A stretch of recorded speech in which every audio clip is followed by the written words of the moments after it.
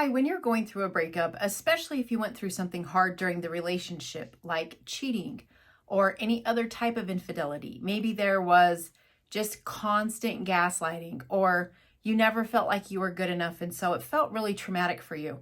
If you're still trying to recover from your breakup, I'm going to give you a simple exercise that can help your brain organize the information so you can finally heal and move on. Hi, my name is Olivia, and I'm passionate about helping you understand what relational trauma is so that you can heal from it, overcome it, and move on with your life. So today, everything is coming from my book, I Can't Believe How Much It Hurts. I will put a QR code on the screen for you. You can find it on Amazon, and it's always in the link. I also have a full course available on my website that goes through the entire book, all the exercises and prompts on my website as well, and you can find that link in the description too. So today, everything we're talking about is coming from page 18. It's the start of chapter 4, and it's something called a timeline. So when you go through something hard or something that is traumatic, something that feels more like a crisis, it's more out of the ordinary than just a common everyday misunderstanding. And so you have a lot of emotion around it. You can have a lot of feeling and a lot of hurt around it, or confusion. And whatever that amount of emotion is that's around it, it can make it hard for you to see the whole picture. So now we just get stuck looking at bits and pieces of the information, and we just kind of recycle those moments, but we don't look at the whole situation or the whole relationship overall. I just had a dog go through the doggy door, sorry. And when we do that, it makes it really hard to process through the information. So you get what's called like fragmented memory.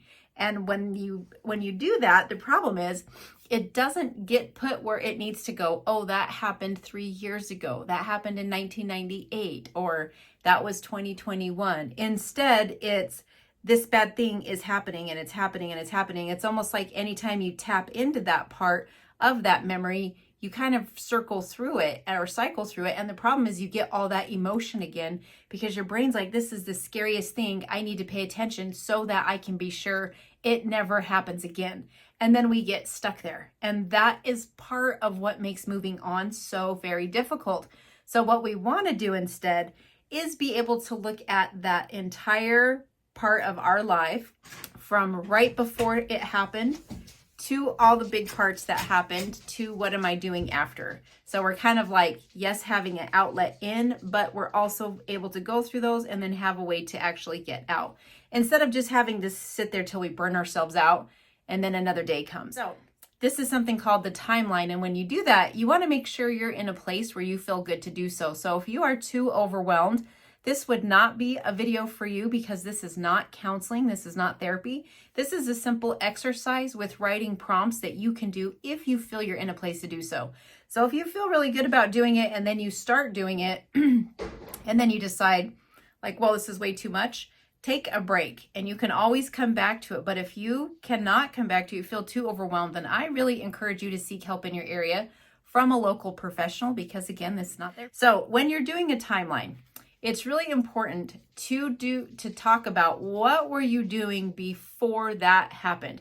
So let's say that you were in this relationship. What were you doing before you met the person? You know, if you already knew the person maybe for years, but then there was this like moment where it turned romantic, then you could still talk about what was the relationship like prior to the time you both chose to turn the page. And you want to take a look at where you were at before then. So in the book on page 19, it starts a character's outline of her timeline. And with your timeline, you can draw like a bar and put tick marks and put the age you were, the thing that happened, and how you felt about it. So you could do a timeline that way, or just do bullet points. The other thing that's important to do is to write how you felt when that thing was happening. So you're looking for the good, the bad, and the ugly. And if anything comes up when you're writing that, you want to be sure you put that in your timeline, because it's probably coming up for a reason. So I'm going to give you some of the example of the character's timeline of what this person went through and give you sort of an idea of what it looks like. So hers starts out as, I had just moved to a new state to start a new job alone. So that's what she was doing before she met this person. So in her life, she had just moved. It was a brand new state. She was all alone, and she was starting a new job. So if this is my timeline, that already gave me so much information. Like, okay, I was incredibly vulnerable when I met this person. Or we can see for her, she was super vulnerable when she met this person, all alone. It's a new state. It's a new job. She really has nothing anchoring her. She has no support here. She doesn't have anything she's attached to or that she can like touch a touchstone to ground herself. She's literally floating, and then she meets this person. So the next thing is, I first saw him at work. He was in the break room and I was sitting at my desk, and then she wrote curious.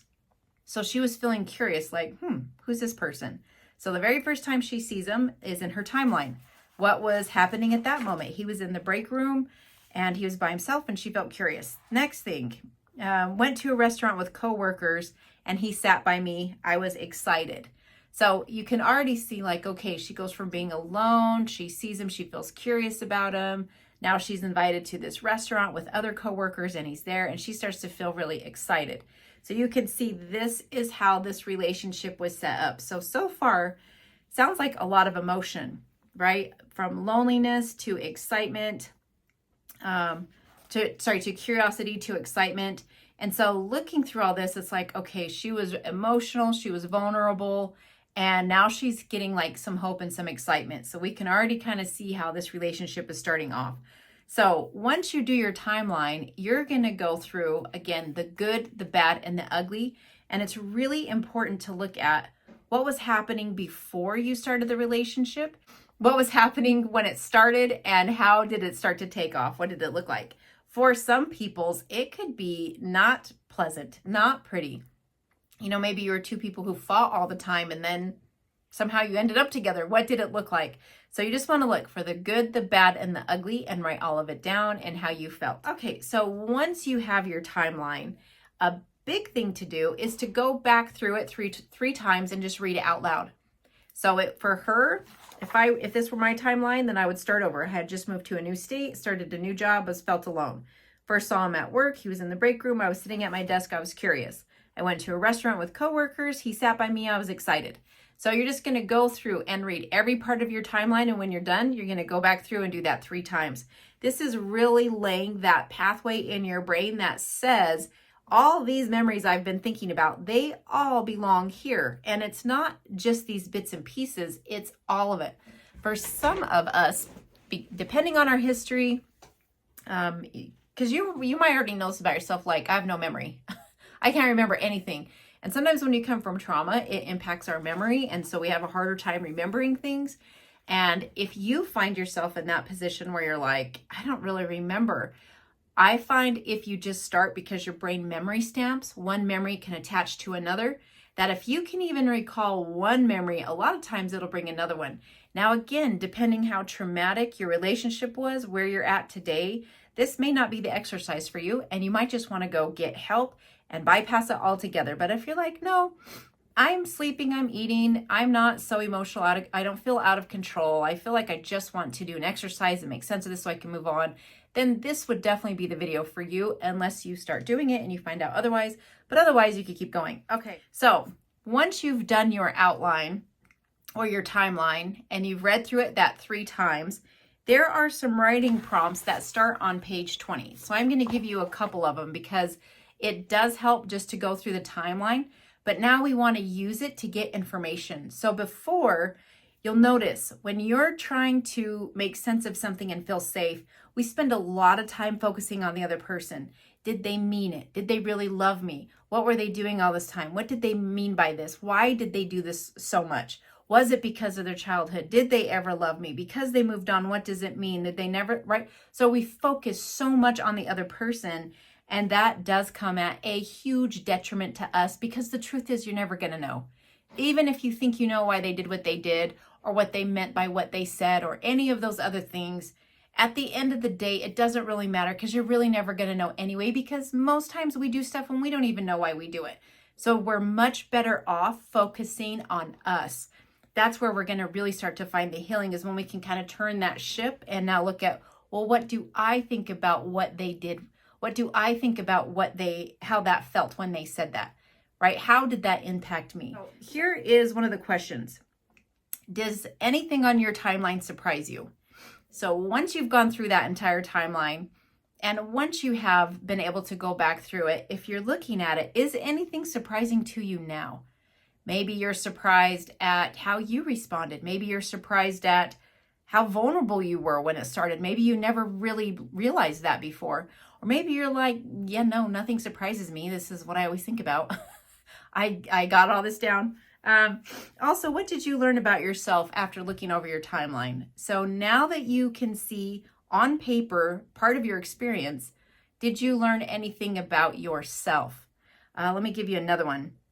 What did you learn about your ex? After looking at the timeline, was there anything new you learned about your ex? Did you learn anything new about the relationship? Maybe it wasn't as, sweet and romantic and wonderful as you were believing it was. Or maybe it was actually better than you thought it was. Who knows what you could find when you stop and take a look back. Let's see. We'll do one more. Is there a place on the timeline you wish you would have ended the relationship? So if you go back, sorry, excuse me, my nose is like itching. When you go back and you look through your timeline, is there ever a moment where you're like, oh, right there, I wish I would have left right there. Or I wish I would have done this right there and put a really hard line in the sand at that point. Do you have a moment on your timeline where you wish it would have been done? And now, in hindsight, you're like, wow, that could have saved me a lot of heartache if I would have just listened to my gut back then, or listened to this person back then, or paid attention to what they were doing more then. Because it's important that we don't just keep living, but that we also learn. And sometimes we do the best learning from our experience through reflection. We have to look back and kind of go through it and go over it and look at it. So I hope you find this helpful. I am sorry you're hurting. I hope you find healing for yourself. Again, you can find I Can't Believe How Much This Hurts. It's available on Amazon. The link is in the description. I'll also put some more videos on the screen that you can go and watch between now and the next one to educate yourself further. So take good care, and I'll see you in the next one.